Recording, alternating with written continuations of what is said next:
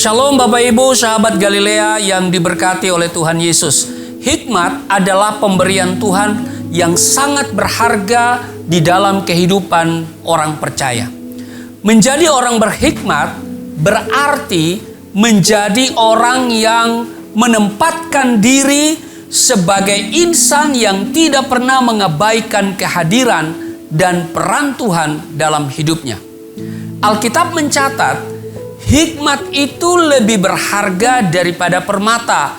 Amsal pasalnya yang ke-8 ayat 10 hingga 11. Begitu pentingnya hikmat sehingga orang mau menjual emas, permata untuk mencari pengetahuan dan hikmat. Sebab hasil dan buah dari hikmat itu lebih berharga daripada perak dan emas tua.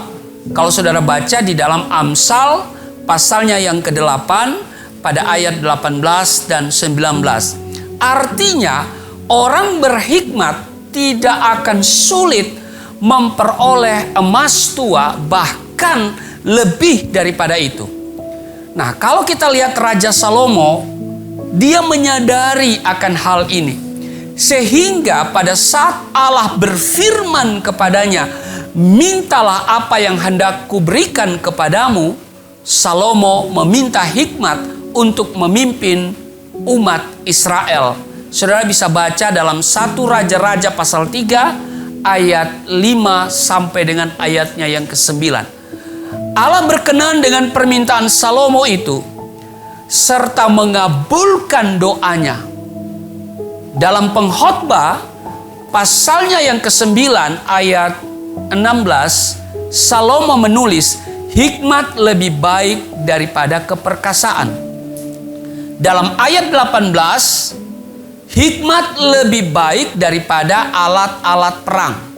Bahkan di dalam Pengkhotbah pasalnya yang ke-10 ayatnya yang ke-10 dikatakan begini, jika besi menjadi tumpul dan tidak diasah, maka orang harus memperbesar tenaga.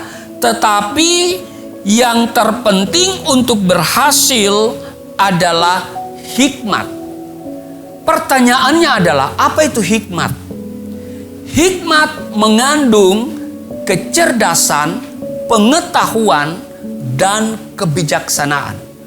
Orang berhikmat senantiasa dapat menggunakan pengetahuan, kecerdasan, dan kebijaksanaan untuk keadilan dengan tujuan yang baik. Rasul Paulus membedakan antara hikmat Allah dan hikmat manusia. Kalau saudara baca di dalam 1 Korintus pasalnya yang pertama pada ayat 18 sampai dengan ayatnya yang ke-31. Hikmat manusia atau disebut juga hikmat duniawi adalah suatu hikmat, yaitu pengetahuan, kecerdasan, dan kebijaksanaan yang mengesampingkan Allah. Hikmat ini sangat menekankan kesanggupan manusia sendiri, menjadikan manusia sebagai kekuasaan dan kekuatan tertinggi, dan menolak untuk mengakui penyataan Allah dalam Yesus Kristus. Hikmat ini di dalam 1 Korintus pasal 1 ayat 18 sampai dengan 31 disebut Allah sebagai suatu kebodohan. Karena melalui hikmat dunia, manusia telah gagal untuk menemukan kebenaran dan mengenal Sang Pencipta.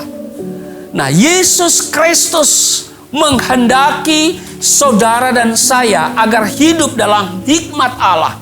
Alkitab berkata bahwa hikmat manusia suatu saat akan dibongkar oleh Allah sehingga akan menjadi sebuah kebodohan. Tetapi orang-orang yang lemah, orang-orang yang terbuang, jika dipenuhi hikmat Allah, akan menjadi begitu kuat dan akan memalukan orang-orang pandai.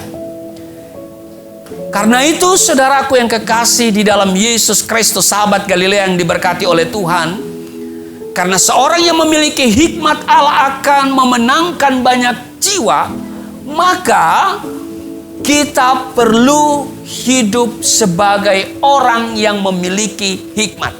Iman saja tidak cukup. Iman tanpa hikmat adalah iman yang sakit menurut saya. Artinya iman yang tidak sehat. Nah, karena itu kita harus punya iman, tapi juga kita harus punya hikmat. Tuhan Yesus memberkati. Mari kita berdoa. Terima kasih Tuhan, biarlah kami diberikan hikmat untuk menjalani kehidupan, sehingga kami tidak salah dalam mengambil keputusan melangkah di kehidupan yang semakin sulit di hari-hari ini. Di dalam nama Tuhan Yesus, haleluya, amin.